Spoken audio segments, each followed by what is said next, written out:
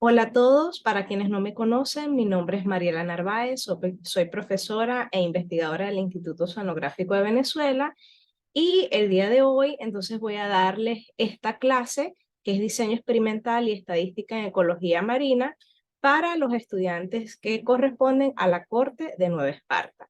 Recuerden que una vez hayan visto este video, si tienen alguna duda, algún comentario, pueden hacerlo a través de mis redes sociales o mi correo electrónico del cual ya disponen. Ok, entonces,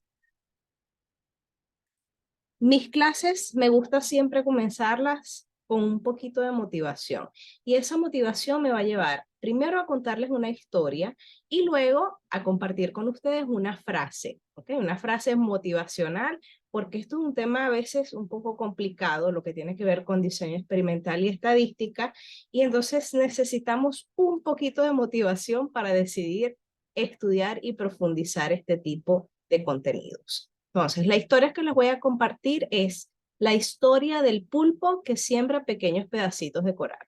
Muchas veces me han comentado, ¿por qué haces tantas cosas? ¿Por qué no solamente te dedicas a dar clases o solamente investigación? ¿O por qué trabajas con diversas líneas de investigación o apoyas? Más que trabajar, apoyo diversas líneas de investigación. Es decir, si hay alguien que está trabajando con poliquetos, y me pide ayuda, es muy probable que le esté apoyando entonces lo que tiene que ver con qué pruebas estadísticas se pueden aplicar, cómo debe ser el diseño.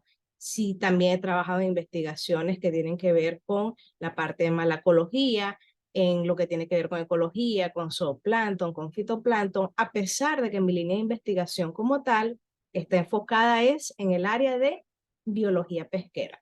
¿Por qué lo hago?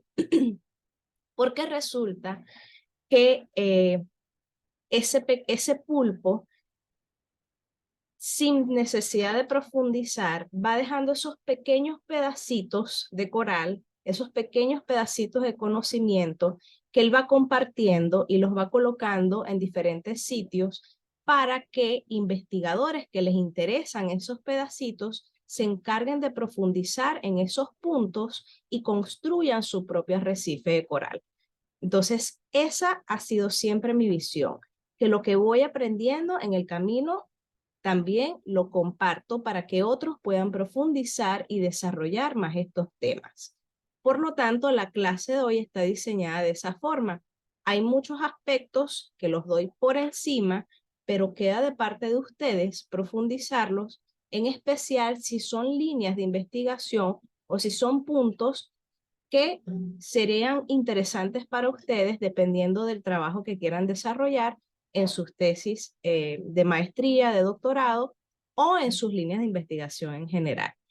Y realmente en la universidad ustedes se van a conseguir muchísimos pulpos. Acá en la Universidad de Oriente tenemos varios de esos pulpos y recordemos uno de los grandes pulpos que teníamos, que era el profesor Baumar Marín.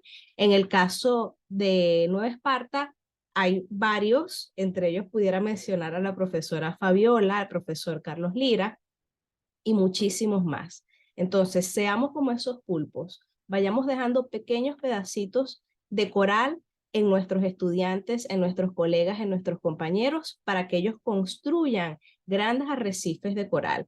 ¿Ok? Ajá. Y en cuanto a la frase, que es para ya entrar en materia, hay que ver al diseño experimental, a la estadística y a la modelación como brújula, mapa y telescopio que nos van a guiar a través del vasto océano de conocimientos en ecología marina, revelando patrones ocultos, misterios y dando forma a nuestra comprensión de lo que es la intrincada red de vida que habita en el mar.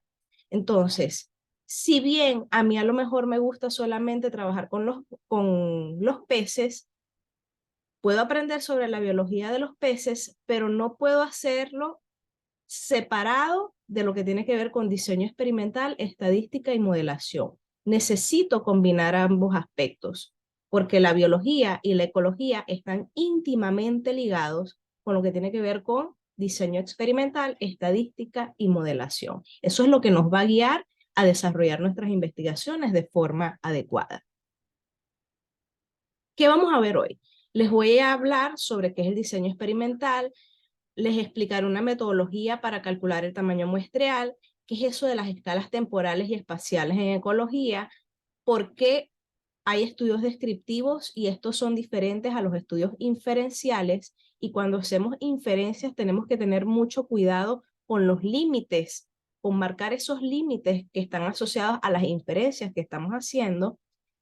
Hablaremos también un poco sobre las hipótesis, sobre algunos tipos de muestreo, no sobre todos porque son muchísimos e incluso existen combinaciones. Les voy a mencionar también qué es eso del sesgo, ¿ok? Aunque sé que ya muchos de ustedes lo manejan. De forma muy general, algunas recomendaciones que les voy a hacer para lo que tiene que ver con organización de datos y análisis.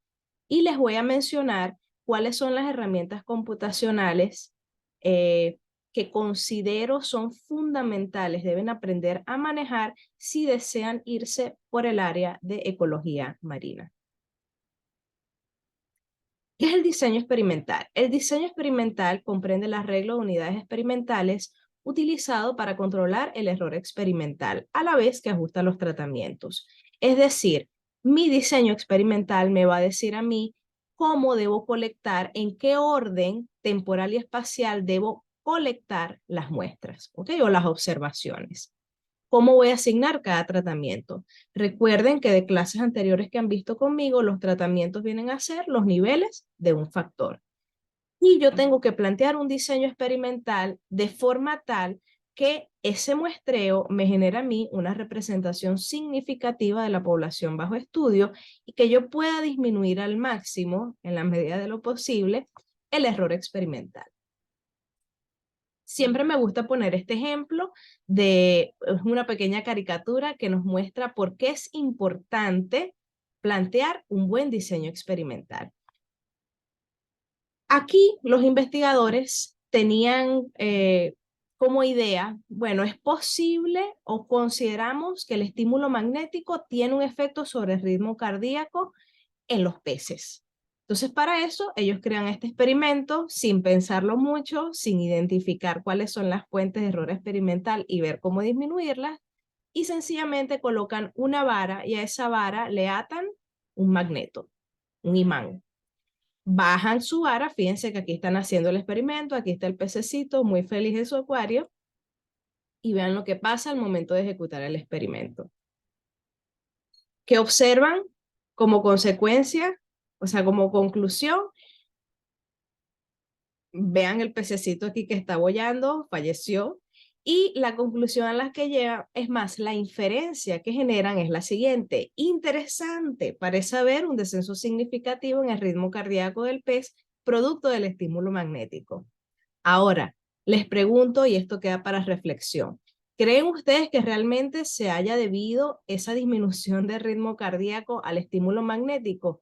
No, no se debe a eso, sino al golpe que recibió el pez al momento de ejecutar el experimento. Entonces no tiene nada que ver con el estímulo magnético.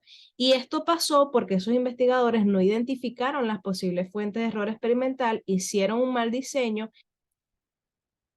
¿A qué nos lleva ese mal diseño? A obtener esto como resultado: una inferencia equivocada. Fíjense que dicen que esa disminución de ritmo cardíaco se debe entonces al estímulo magnético cuando realmente no lo es. Y las cosas se complican un poco más porque no solamente se trata de plantear un buen diseño experimental, sino una vez que tenemos ese diseño, también hay que tomar decisiones en cuanto a qué método vamos a utilizar para colectar las muestras. ¿Y cuál es el mejor método? No existe un método perfecto, no lo existe, pero nosotros tenemos que ser sumamente cuidadosos al momento de seleccionarlo porque dependiendo de las características de la población o poblaciones o de las comunidades que yo quiero evaluar, un método de muestreo me puede ser más o menos eficiente que otro. Y dependiendo de las preguntas y las hipótesis que yo me planteé, incluso el método de muestreo que yo esté seleccionando me puede generar sesgos. Esta diapositiva la coloqué acá, es algo que ya yo he mostrado en las clases que les he dado a ustedes sobre la parte de estadística multivariada, pero lo hago como repaso porque me he dado cuenta al observar las exposiciones de muchos proyectos y muchas dudas que me han consultado, que todavía no queda claro cómo plantear el diseño experimental. Entonces, el diseño nosotros lo planteamos en forma de texto, como párrafos, pero hay que colocar también hay que colocarlo también en forma de esquema o de tabla. Fíjense, en forma de esquema es este que dice formato 1, en forma de tabla este que dice formato 2. ¿Qué es lo que lleva primero? Vamos a colocar, en el caso del esquema, cada nivel, ¿ok? Cada nivel, fíjense que aquí hay dos niveles, el de arriba, o sea, cada fila, va a tener un factor representado con los niveles que integra ese factor. Entonces, fíjense, aquí tenemos la primera fila, tenemos el factor mes con sus dos niveles que son enero y febrero. Y luego tenemos el factor profundidad con sus dos niveles. Profesora, pero aquí estoy viendo 4. Aquí hay 2 niveles, porque los niveles son de 0 a 5 metros y de 5 a 10 metros. Lo que pasa es que acá lo tienen que repetir para indicar que en el mes de febrero, ¿ok? También van a estar colectando esas mismas profundidades. Y la parte de abajo que dice réplicas, ustedes lo pueden colocar o sencillamente pueden incluir una nota que indique el número de réplicas que deben colectar. Y acá está el formato de tabla, donde también la primera fila viene a estar representada por los niveles del primer factor que yo esté evaluando y la segunda por el otro factor.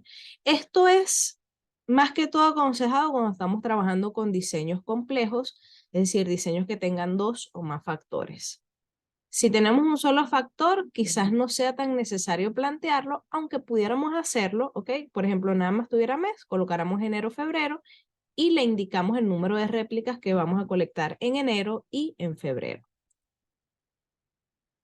En cuanto a las escalas temporales y espaciales, en ecología, hay diferentes escalas y estas se van a ver influenciadas o seleccionar con qué escala voy a trabajar, temporal o espacial, va a depender del componente ecológico que yo quiero evaluar. Y también va a depender de qué inferencias yo deseo generar con mi estudio. Incluso el decidir cómo va a ser mi escala temporal y cómo va a ser mi escala espacial también se va a ver influenciado por las limitaciones que yo tenga en cuanto a tiempo, en cuanto a presupuesto y otros aspectos inherentes a lo que tiene que ver con la logística del muestreo y de la investigación. Algunas de las preguntas que nosotros nos podemos hacer para decidir con qué escala temporal y con qué escala espacial vamos a trabajar son las siguientes. ¿Qué tan heterogéneo espacialmente es mi ambiente y cómo se distribuye mi población o mis comunidades? ¿Ok? Si mi comunidad es muy homogénea y tiene una distribución relativamente aleatoria, en términos espaciales, yo puedo colectar un menor número de muestras y las puedo espaciar. No habría problema en cuanto a la distancia de una toma de muestra con respecto a otra si mi comunidad es homogénea y se distribuye de una forma más o menos aleatoria. Pero ¿qué pasa cuando mi comunidad es heterogénea? Es altamente heterogénea y tiene una distribución, por ejemplo, por conglomerados, por grupos. Allí yo necesito tomar más muestras y pensar profundamente cómo va a ser la distancia en cuanto a las estaciones o en cuanto a la toma de muestras. Inclusive debo considerar, voy a trabajar con una grilla espacial para seleccionar en qué puntos colecto las muestras o trabajo con clusters, es decir, yo sé que en estas zonas es donde está agrupada la población. Entonces voy a evaluar o voy a hacer muestreos aleatorios dentro de esas zonas donde sé que está concentrada la población. Todos esos aspectos yo los tengo que considerar al momento de decidir cómo va a ser la escala espacial. Y en términos temporales, va a depender principalmente de qué tan dinámica es mi población o comunidad. Porque si es una población que es muy estable en el tiempo, de nada me vale a mí hacer, por ejemplo, muestreos diarios. Si yo muestreo hoy y muestreo mañana y la población no sufre cambios considerables de un día para otro, entonces yo me olvido de la escala temporal diaria. Pudiera entonces plantear una escala temporal más amplia. Supongan que es una comunidad donde los cambios se observan, qué sé yo, anualmente o trimestralmente, o incluso yo quiero hacer comparaciones con separaciones de 10 años o 5 años de diferencias. Entonces, eso va a depender de qué tan dinámica es mi comunidad. Ahora, si mi comunidad es muy dinámica, en el tiempo, como por ejemplo en el caso del plancton, donde hemos observado que hay diferencias significativas tanto en composición como en abundancia, en términos horarios, intradiarios, ahí yo puedo decir trabajar con escalas temporales más reducidas, ¿ok? Pero también va a depender de cuál es la hipótesis que yo quiero responder. Y para dejar en claro qué es eso de las escalas temporales y las escalas espaciales, aquí yo les tengo un extracto de una publicación que les recomiendo mucho. Acá está.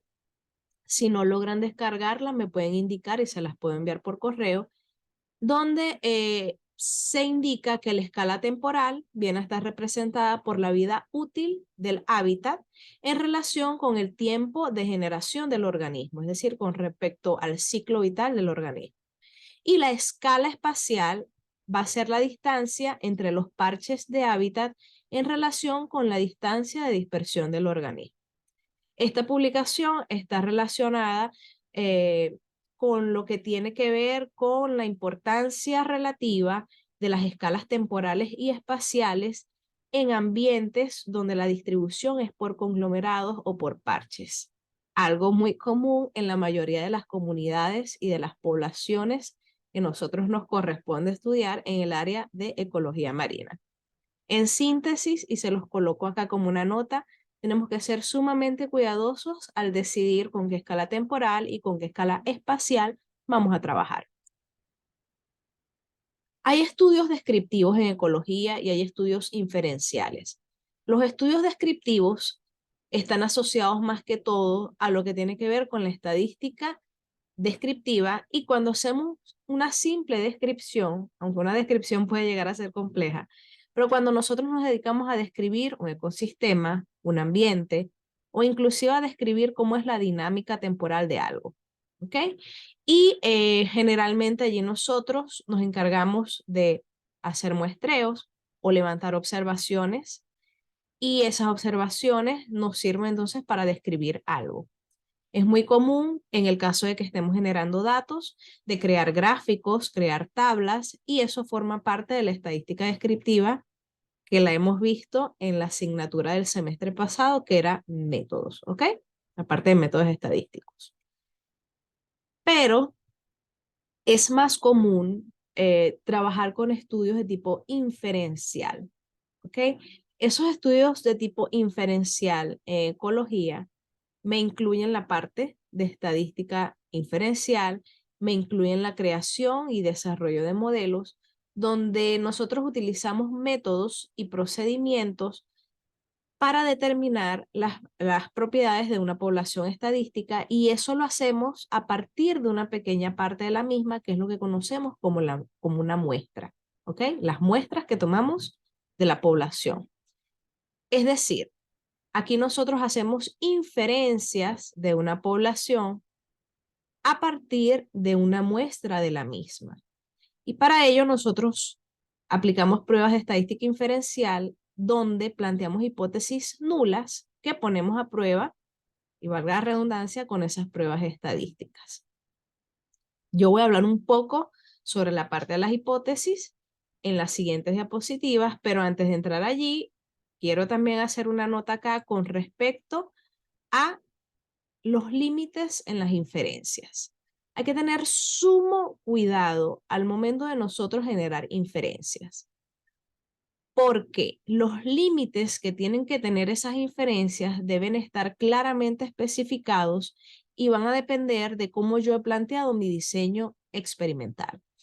Por ejemplo, si yo voy a trabajar con una comunidad de macroalgas, de la isla de Margarita y realizo un muestreo en forma de grillas espaciales en todo lo que tiene que ver con la parte norte de la isla de Margarita, solo la parte norte de la isla de Margarita, yo al momento de analizar esos datos, de aplicar las pruebas, las inferencias que voy a generar son solamente del norte de Margarita. No puedo decir que así se comporta esa macroalga, ¿ok? O esa comunidad biológica en la isla de Margarita. ¿Por qué? Estoy solamente obteniendo muestras de una sección que sería el norte, entonces mis inferencias tienen que estar limitadas al norte. Adicionalmente, estoy haciendo mi muestreo en el 2022, en enero, febrero, marzo. Mis inferencias se limitan a hablar de esa población o de esa comunidad biológica que esté estudiando solamente de esos meses correspondientes a ese año. ¿Ok? No puedo generalizar. Recordemos también de clases que ya han visto conmigo que cuando nosotros queremos hacer inferencias más generales, tenemos que trabajar es con factores de tipo aleatorio. Eso lo pueden repasar de las clases anteriores. Entonces, hay que ser sumamente cuidadosos al momento de redactar las inferencias que generamos en nuestro estudio, dependiendo de cómo es el diseño que hemos planteado. Las hipótesis, en el caso entonces de esos estudios inferenciales, son el eje central, son uno de los ejes centrales. ¿Y qué es una hipótesis? Una hipótesis viene a ser una suposición de algo posible o imposible para sacar de ello una consecuencia. He mencionado en clases anteriores que es súper importante diferenciar o identificar cuál es la población o poblaciones estadísticas con las cuales yo estoy trabajando. Y eso también lo menciono acá porque necesito conocer cuál es mi población estadística para poder establecer los límites de las inferencias e inclusive para redactar una buena hipótesis. Fíjense que aquí tienen unos ejemplos sobre hipótesis. En este caso tienen la hipótesis lógica o de investigación y las hipótesis estadísticas, la nula y la alterna. La hipótesis lógica o de investigación, aquí tenemos si las abundancias de organismos de la especie X presentan cambios mensuales, entonces su densidad cambiará durante los meses evaluados. Vean que hay dos palabras resaltadas, que es el sí y el entonces, pero no es obligatorio redactarlas así. Esta es una de las formas de redactar hipótesis de investigación y es una de las que a mí más me gusta porque deja en claro la estructura que debe llevar esa hipótesis. Teniendo entonces esa hipótesis, acá tienen otras que son ejemplos, pero de hipótesis estadísticas.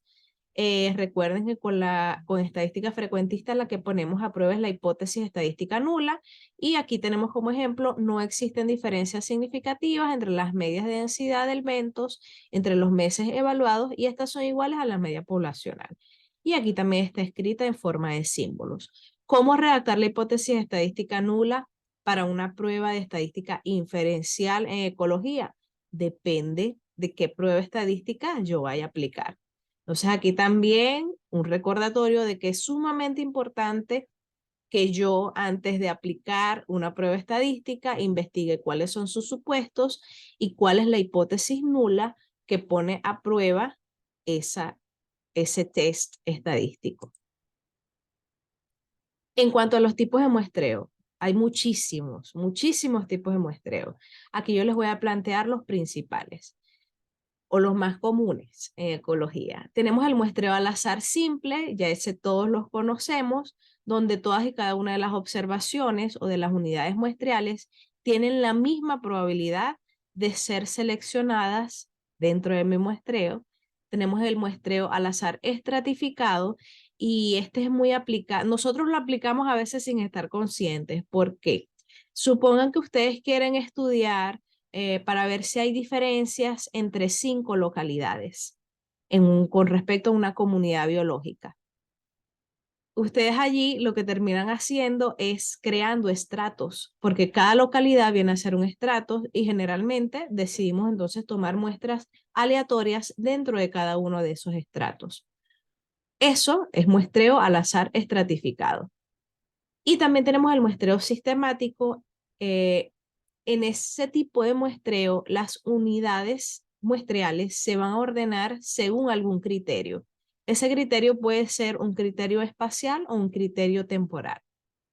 Comúnmente, el que nosotros más aplicamos es el criterio espacial. ¿Cómo aplicamos ese criterio espacial? Estableciendo grillas, ¿ok? Grillas espaciales. Supongan que ustedes quieren estudiar el norte eh, de la isla de Margarita, alguna población biológica por allí, y para ello entonces colocan una grilla que tiene varios cuadrantes en toda esa zona que ustedes quieren evaluar y a cada cuadrante le asignan un número y luego de forma aleatoria seleccionan cuál es el número que quieren muestrear. Allí estoy haciendo un muestreo al azar, pero para convertirlo en muestreo sistemático tengo esa grilla y decido que voy a muestrear cada 3 puntos, cada 5 puntos, o cada kilómetro o cada metro. Cuando nosotros hacemos lo que tiene que ver con transeptos, eso es un tipo de muestreo sistemático. Cuando combinamos cuadratas con transeptos, eso también es un tipo de muestreo sistemático. Y fíjense que no necesariamente tiene que ser una grilla rectangular, como la que ven acá, la de la banda griega, sino que también puede ser una grilla polar o tener diferentes formas. Esta de la grilla polar es muy común cuando vamos a hacer estudios de impacto ambiental. Por ejemplo, supongan que hay o se va a instalar o ya se instaló una plataforma petrolera, ¿ok? Entonces está en ese centro y yo comienzo a tomar muestras alrededor de esa plataforma para ver hasta dónde llega el posible impacto sobre la comunidad biológica que estoy estudiando alrededor de esa plataforma o de ese punto de impacto. Hay un tipo de muestreo que ahorita está muy en boga, y digo ahorita porque lo he visto mucho en la literatura, sin embargo ya nosotros lo veníamos aplicando quizás sin ponerle el nombre como tal. Y fíjense que no es nuevo en términos de cuándo se planteó o cuándo se definió, porque viene de 1992. Lo pueden consultar más a fondo en el libro de Quinn y Q, que es este que está acá, el libro azul. Pero las publicaciones originales que dan detalles sobre este tipo de muestreo son las de Thompson en el 92 y la de Thompson y Siever en el 95, y tiene que ver con algo que se conoce como muestreo adaptativo. Cuando nuestro programa de muestreo tiene un componente temporal, especialmente cuando nosotros estamos estudiando fenómenos ecológicos o impactos ambientales, tenemos la posibilidad de modificar el diseño experimental en base a parámetros que estimemos en el primer muestreo. Aquí nosotros lo aplicamos mucho cuando nos dicen tienes que hacer un muestreo piloto o un muestreo exploratorio, que es el primer muestreo que nosotros hacemos. Eh, ha pasado mucho, por ejemplo, a mí me pasó en el caso de la tesis de maestría. Bueno, yo quiero trabajar con reclutamiento juvenil de Mujil-Curema, que es la Lisa, en la zona de Rompiente de Tunantal. Ajá, pero ¿tú estás segura de que ahí está la Lisa? Bueno, sí, porque investigaciones previas allí reportan la presencia de esos juveniles. Ajá, pero investigaciones previas ¿de cuándo? De hace 10 años. Entonces necesitaba hacer un muestreo piloto, ok, un muestreo exploratorio inicial, cuyos datos generalmente no van en, no, generalmente no, sino que no entran dentro del análisis como tal o dentro de los resultados que yo voy a reportar en mi tesis. O sea, no los voy a combinar con todos los otros muestreos para ver si ahí estaba la lisa o no.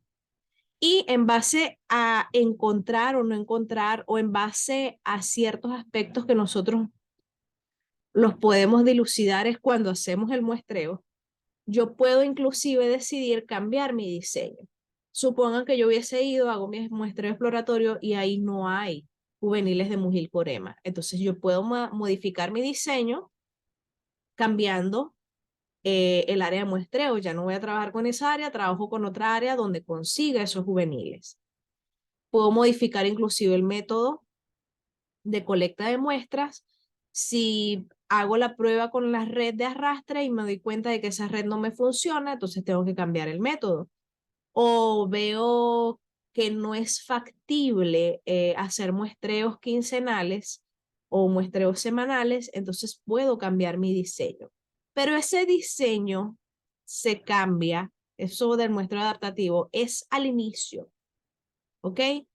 Y no puedo comparar esos datos que estoy levantando con ese diseño con datos que yo levante después de cambiar el diseño, ¿ok? Y a veces tenemos, bueno, ya tenemos muestreos mensuales de un año completo y estamos en el mes 7 y en el mes 7 vamos a decidir cambiar el diseño. Ya eso no es recomendable porque no vas a poder comparar todos los meses anteriores con los meses después de que hayas cambiado ese diseño. Aquí les comparto algunos libros que les recomiendo muchísimo si quieren continuar por el área de diseño experimental y estadística en ecología. Particularmente, uno que me encanta es este, que es una guía ilustrada para la ecología teórica. Yo he visto que generalmente nosotros vemos la ecología marina, relacionando la comunidad o relacionando una población biológica con las variables ambientales, temperatura, salinidad, concentración de clorofila A, pero no desarrollamos o no nos enfocamos en desarrollar modelos que tienen que ver con relaciones entre poblaciones biológicas, entre comunidades. Y si nos queremos ir por esa área, este libro que está acá es excelente. Muy bien. Ahora en cuanto al tamaño muestreal. Si ustedes van y revisan el libro de Zócalo y Roll, se van a encontrar con que allí hay algunas fórmulas que muestran cómo calcular de forma general el tamaño muestreal. O sea, cuántas muestras yo debo colectar. Pero resulta que estos están diseñados más que todo para estimar parámetros estadísticos a partir de una muestra. Por ejemplo, si yo quiero estimar la media poblacional y ese tipo de análisis. Pero existe una metodología mucho más recomendada para yo decidir cuántas muestras debo colectar dependiendo de qué prueba estadística yo quiero aplicar en mi trabajo. Y eso es lo que tiene que ver con algo que se conoce como análisis de potencia. ¿Qué es un análisis de potencia? El análisis de potencia me permite a mí determinar el tamaño de muestra que necesito para tener una alta probabilidad de que al rechazar una hipótesis nula, es decir, al decir que existen diferencias y que esa hipótesis en efecto sea cierta, perdón, y que esa hipótesis en efecto sea falsa, o sea, que yo la esté rechazando bien, que yo diga que hay diferencias y que realmente sí las hay, el análisis de potencia es el que me puede decir a mí cuántas muestras o cuál debe ser el tamaño muestreal.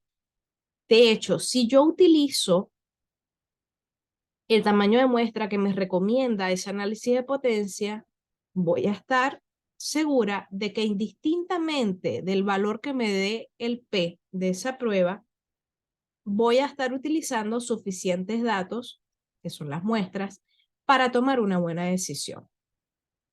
Hay diferentes valores de potencia. El recomendado para trabajar es de 0.8. ¿Qué significa una potencia de 0.8? Y recordemos que esto de potencia tiene que ver con el tipo de error estadístico, el tipo 2, que era el beta. Cuando yo tengo una potencia de 0.8, eso quiere decir que hay un 80% de probabilidad, es decir, una probabilidad alta, de que yo esté rechazando correctamente la hipótesis nula, de que yo diga que hay diferencias y que realmente sí las haya. que yo diga que hay un efecto y que realmente sí haya efecto. Que yo diga que hay asociación, y vean que aquí me estoy saltando a las pruebas estadísticas de tipo correlación, y que realmente hay esa asociación, ¿ok? ¿Cómo calcular entonces ese tamaño muestreal? Tenemos que hacer funciones complicadas, sufrir un poquito con R, no hace falta, aunque con R también se puede hacer. Pero actualmente existe un programa que es gratuito, lo pueden descargar y para descargarlo sencillamente escriben en Google G-Power, análisis de potencia o Power Test y les va a permitir entonces descargar este programa, es esta ventana que está acá, ya les voy a mostrar cómo se utiliza. Y allí le podemos especificar un conjunto de información de entrada, por ejemplo, qué prueba quiero hacer, con qué potencia quiero trabajar, el alfa con el que quiera trabajar, el tamaño de efecto que quiera considerar, para que él me diga, entre otras cosas, cuál debe ser el número de muestras entonces que yo tengo que colectar en base al número de niveles que tiene y el número de factores con el cual estoy trabajando. Voy a pausar un momento esto para mostrarles entonces cómo trabajar con esos análisis de potencia. Ok. Voy a compartirles la pantalla de el G-Power. Entonces, fíjense, este software que tienen acá, para nosotros utilizarlo, él hace muchísimas cosas, pero eso de que hace muchísimas cosas, no se me estresen porque existe un manual que también lo descargan desde la misma página donde bajamos este programa, que explica paso a paso cómo trabajar con él, ¿ok? Porque tiene muchísimas opciones. Yo les voy a enseñar lo más sencillo, que es cómo saber cuántas muestras debo colectar si la prueba que yo espero realizar dentro de este estudio a futuro es un ANOVA, es decir, un análisis de varianza de una sola vía, es decir, de un solo factor y que el factor es fijo. Fíjense que primero les especifico acá qué tipo de familia pertenece a esas pruebas. Los ANOVA son de la familia F, ¿ok? Y vean todas las pruebas que tienen acá. Yo voy a seleccionar el más sencillo porque lo que me interesa es que ustedes conozcan que existe esta herramienta. Fíjense que aquí les dije que voy a realizar una ANOVA de efecto fijo, dice de una vía.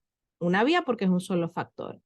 Y tienen para hacer diferentes tipos de análisis de potencia. En este caso, yo voy a seleccionar el que es a priori porque lo que quiero hacer es computar o calcular el tamaño de muestra, que es el sample size. Pero ahí tienen más opciones. Las pueden leer luego con calma en el manual.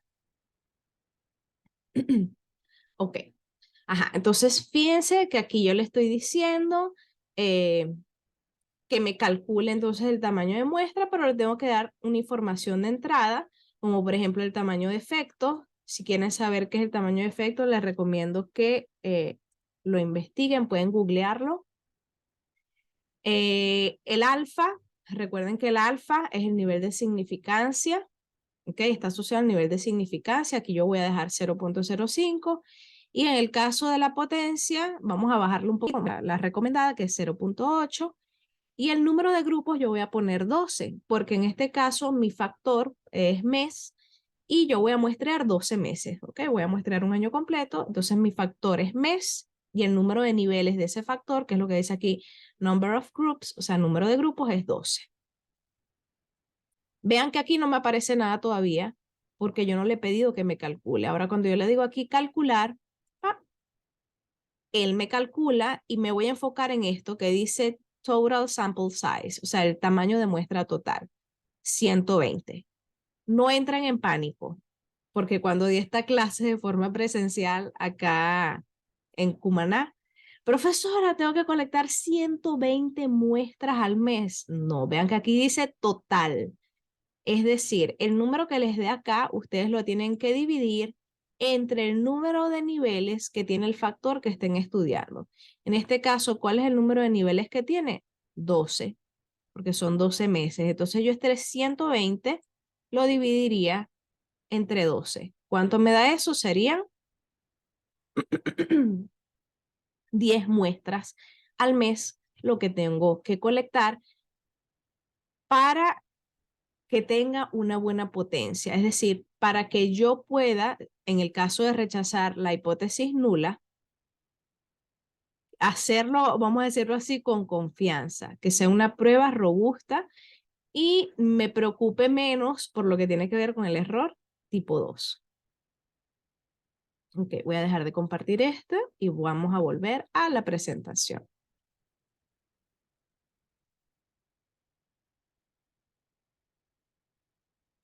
Ok, comparto aquí la pantalla.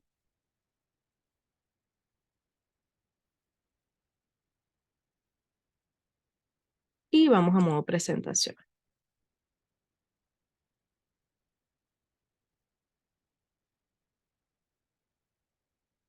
Ajá, ahora en cuanto al sesgo. ¿Qué es el sesgo en ecología? Les voy a recomendar que busquen literalmente en Google qué es sesgo. No busquen en ecología todavía, pero busquen qué es sesgo para que les quede claro qué es. Pero les voy a dar una explicación muy general. Supongan que yo quiero estudiar la dinámica reproductiva de sardinas, ¿ok? Y para estudiar la dinámica reproductiva de sardinas, yo planteo un muestreo. Ese muestreo yo lo hago con un arte de pesca que tiene una abertura de malla bien grande, es decir, que solamente me van a entrar ejemplares grandes, ¿ok? Va a haber una porción de esos individuos, que van a ser individuos de tallas pequeñas, que no van a ser capturadas por mi arte de muestreo. Y yo en este momento supongo que no tengo ninguna información de a qué talla comienza a madurar la sardina. Ese estudio que yo voy a presentar es un estudio que puede estar sesgado porque solamente tengo sardinas grandes. Yo necesito obtener, para disminuir el sesgo, un amplio intervalo de tallas, ¿ok?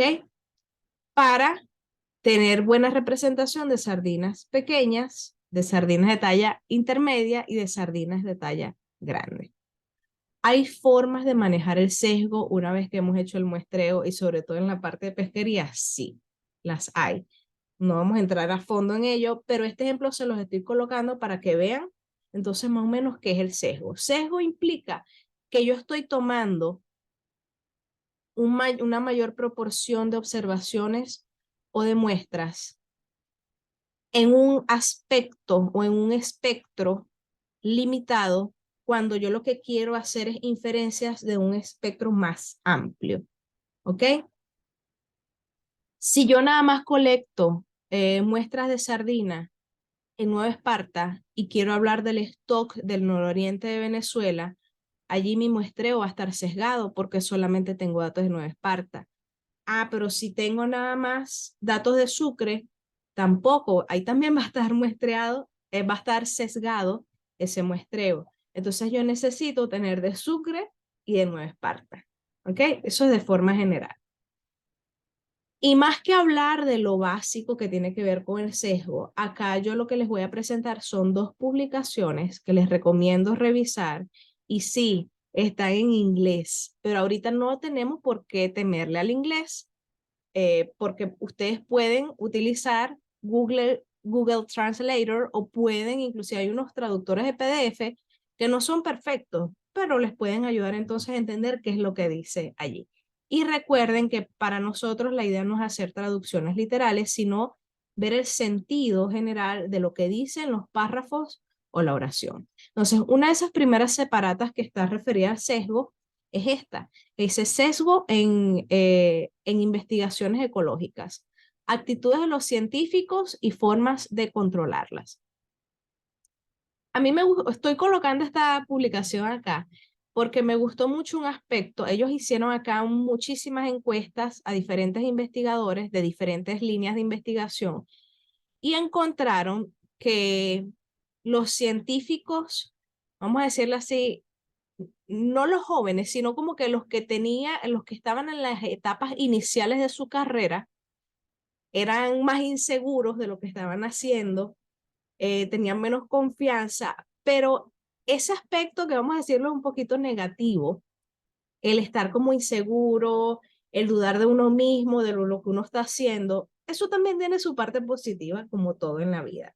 Porque ellos encontraron que ese grupo de investigadores tomaban más en consideración el hecho de que el sesgo juega un papel importante dentro del desarrollo de las investigaciones en ecología.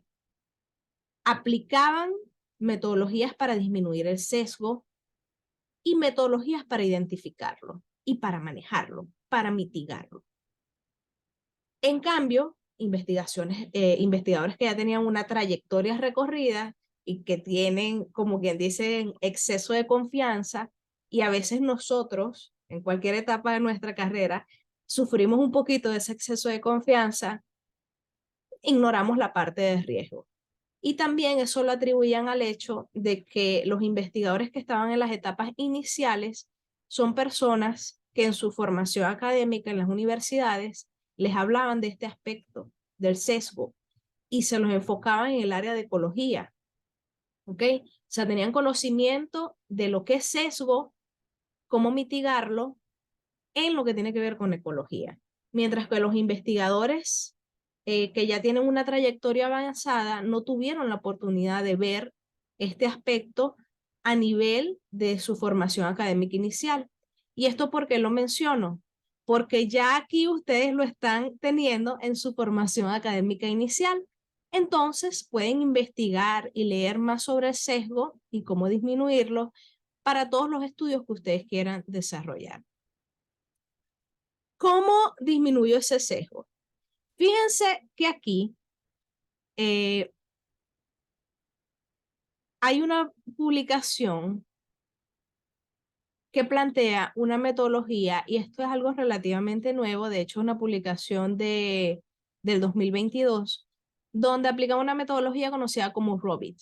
Esa metodología, por medio de un conjunto de preguntas y de aclaratorias que nosotros tenemos que irnos haciendo para desarrollar nuestro estudio, nuestro diseño experimental, es decir, esto es antes de muestrear, nos permite no solamente identificar el sesgo, sino hacer cambios en nuestro diseño experimental para mitigarlo.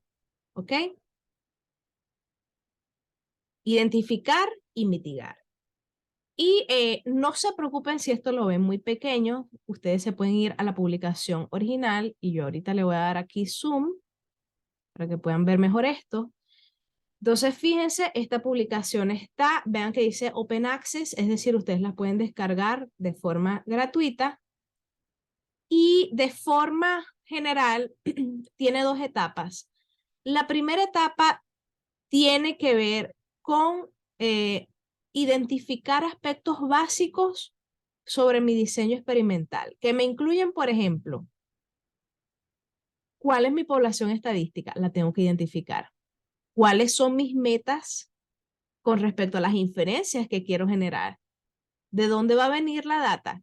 ¿Qué tipos de datos voy a tener? ¿Cómo voy a trabajar y analizar esa data? Y muchos otros aspectos que van a tener acá. Fíjense que va con flechitas y esas flechitas van mostrando cómo se realiza, cómo se aplica esta metodología. Repito, la pueden revisar con calma en la publicación original. Pero una de las cosas que me parece súper interesante es que tiene preguntas que indistintamente de que yo quiera aplicar esta metodología tal cual, que es la metodología Robit, tiene preguntas que si yo no quiero aplicar la metodología, yo igual me las tengo que plantear, indistintamente de que yo no quiera ah, considerar el sesgo, pero saber cuál es la población estadística, saber cuáles van a ser las inferencias que yo espero generar, eso es algo con lo que yo tengo que estar claro. Y esta metodología es un proceso iterativo, es decir, puede que ustedes lleguen a un punto donde, por ejemplo, llegan acá a la parte de sesgos geográficos y se dan cuenta de que, oye, pero yo solamente puedo muestrear el norte de Margarita y vine desarrollando todos los pasos anteriores como si yo fuera a trabajar con toda la isla, como que voy a generar inferencias de toda la isla. Entonces yo me puedo devolver a los pasos anteriores y cambiar por completo, inclusive hasta mi población estadística, inclusive mis metas inferenciales, ¿ok? Y de dónde voy a colectar la data. Entonces, ese proceso iterativo me permite a mí pulir al máximo el diseño experimental y en ese proceso de pulir al máximo el diseño experimental, primero que me voy a evitar muchos dolores de cabeza a lo largo del desarrollo de mi estudio de investigación y segundo, me permite entonces disminuir y mitigar el sesgo. En cuanto a la organización de los datos y el análisis, de forma general, yo quiero que ustedes vean esto como un proceso multietapas, donde hay unos puntos que tienen muchísima importancia y van a definir el éxito o el fracaso de nuestra investigación. Y esto tiene que ver con cosas tan básicas como es el diseño de la base de datos. Yo necesito tener claro cuál va a ser el diseño. Es más, yo necesito diseñar mi base de datos antes de generar los datos. ¿Cómo es eso? Bueno, yo tengo que tener claro cuáles son las variables que voy a medir y cuáles son qué tipo de datos me generan. Me generan datos numéricos, me generan datos tipo texto, ¿ok?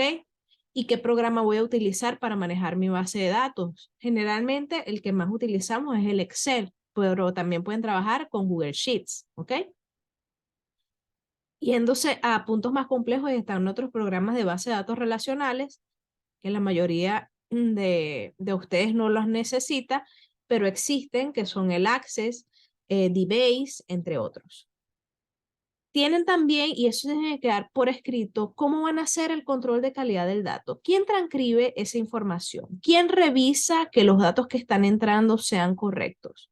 ¿Ok? ¿Y qué herramientas computacionales van a utilizar? No es posible que ustedes levanten los datos, ya tengo mis datos. Ay, ahora qué herramienta voy a utilizar? ¿Será que voy a utilizar Excel? No. Ustedes tienen que tener eso claro antes de generar el primer dato. Y lo otro tiene que ver con planificación, orden y consistencia. Tengo que planificar con qué frecuencia voy a alimentar mi base de datos, ¿ok? Tengo que planificar quién va a hacer la revisión de esa base de datos. Voy a hacer yo, voy a pedir a un compañero que le dé un vistazo, cuándo la tengo que tener lista en base a la planificación establecida por el estudio completo, el orden en el que van a ejecutar cada uno de esos pasos y consistencia. A mí de nada me sirve transcribir bien chévere mi primer mes de muestreo y el segundo mes, y ya cuando llegue el tercer mes, no, ya lo escribo en una hojita, en un cuaderno, no. Hay que ser consistentes desde el día cero de la investigación hasta el día final, que me incluye el momento en el que o presento mi tesis o el momento en que ya aparece publicada en una revista arbitrada ese trabajo científico. Y todo eso tiene que ver con algo que se conoce como flujo de trabajo. Nosotros tenemos que especificar cuál va a ser el flujo de trabajo por medio de un esquema. Aquí no se acostumbra a hacerlo, pero es un aspecto súper importante del cual yo he hablado en algunas oportunidades en clases anteriores y que posiblemente por allí venga un taller sobre cómo desarrollar flujos de trabajo utilizando algunas herramientas como, por ejemplo, algo que se conoce como Notion o Notion para estudios que tienen que ver con el área de biología marina, ecología marina y oceanografía. Pero pueden investigar sobre qué es eso de flujos de trabajo. Y por último, en cuanto a las herramientas computacionales para los ecólogos marinos, las básicas, tenemos Excel, tenemos Google Sheet, tenemos OpenOffice. Excel es comercial, si no tienen cómo pagarlo, pueden utilizar opciones gratuitas como el Google Sheet o una versión de Excel gratuita que es la que ofrece el OpenOffice.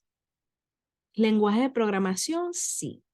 También es algo que en la actualidad es obligatorio para cualquier biólogo que quiera hacer carrera en la parte de ecología marina. ¿Qué lenguaje de programación? Está R, por supuesto, uno de mis favoritos, pero también está Python y hay unos adicionales como es el SQL o el SQL que permite hacer consultas a bases de datos relacionales. Software para sistemas de información geográfica, que en inglés sus siglas son GIS y en español es SIG, ¿es obligatorio? Ya yo diría que sí, porque todos necesitamos hacer un mapa del área de muestreo, o por lo menos un mapa de ubicación relativa de dónde estamos haciendo nuestra investigación. Y para hacerlo, por ejemplo, utilizando lo más sencillo, que es Google Earth, con Google Earth, eso es un software para la parte de sistemas de información geográfica. Entonces, hay que tener un conocimiento por lo menos básico sobre esta área, ¿okay? Sobre sistemas de información geográfica. No estoy diciendo que todos los ecólogos tienen que aprender a hacer análisis geoespaciales, pero ya nada más el hecho de generar un mapa implica manejar un software de sistemas de información geográfica. Hay unos adicionales como son el Tableau o el Power BI que nos permiten crear tableros de datos interactivos online, que es súper recomendado para explorar, inclusive para compartir información con otras personas que trabajen en nuestra misma área o que no sepan nada de nuestra área, porque estos tableros interactivos presentan los datos de forma muy sencilla e intuitiva. Y lo otro que también recomiendo es aprender a hacer uso adecuado de las bases de datos online. Hay muchísimas, mire, ustedes no tienen idea de la gran cantidad de datos gratuitos que hay disponibles online para que ustedes desarrollen investigaciones novedosas. Y esto es súper importante en estos momentos donde desde el punto de vista económico se dificulta ir a campo. Esa dificultad para ir a campo no tiene por qué impedirnos el desarrollar investigaciones en el área de ecología, porque hay formas, hay líneas de investigación que me permiten a mí trabajar con bases de datos online gratuitas, e inclusive desde el punto de vista de ecología teórica. Pero con respecto a las bases de datos de online, solo las aprovechan aquellos que aprenden a utilizarlas. Entonces, yo también recomiendo invertir un poquito de tiempo en eso. Investigar qué bases de datos online están disponibles para esas líneas de investigación particulares que ustedes tienen. Y hay otro universo completo que tiene que ver con simuladores. Por ejemplo, yo quiero ver cómo puede afectar el cambio climático, la distribución espacial, es decir, la distribución geográfica de una especie o de una especie, pero considerando también abundancias de una especie secundaria que tiene una relación de competencia con esa, allí podemos trabajar con simuladores. No es fácil trabajar con simuladores, lo digo por experiencia, pero se puede hacer. Es otro universo que yo les planteo, es otro pequeño pedacito de coral que yo estoy lanzando en este momento para ver si alguno de ustedes decide construir un arrecife completo utilizando ese pedacito de coral. Ok, de esta forma finalizo. Gracias por entonces tomarse estos minutos para escuchar y ver esta clase.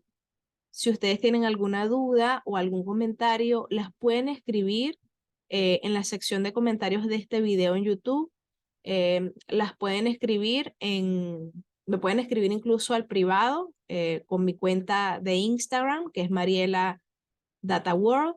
Me pueden escribir correos o incluso pueden esperar a la siguiente sesión de clase online, donde tengo entendido, de todas formas esto tengo que verificarlo con el profesor Oscar, que vamos a dedicar unos pocos minutos a responder dudas y a escuchar comentarios que ustedes tengan con respecto a esta clase.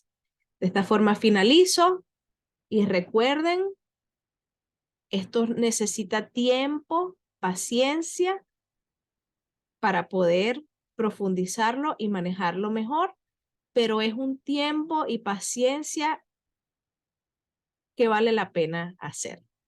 Nos vemos entonces en la próxima clase.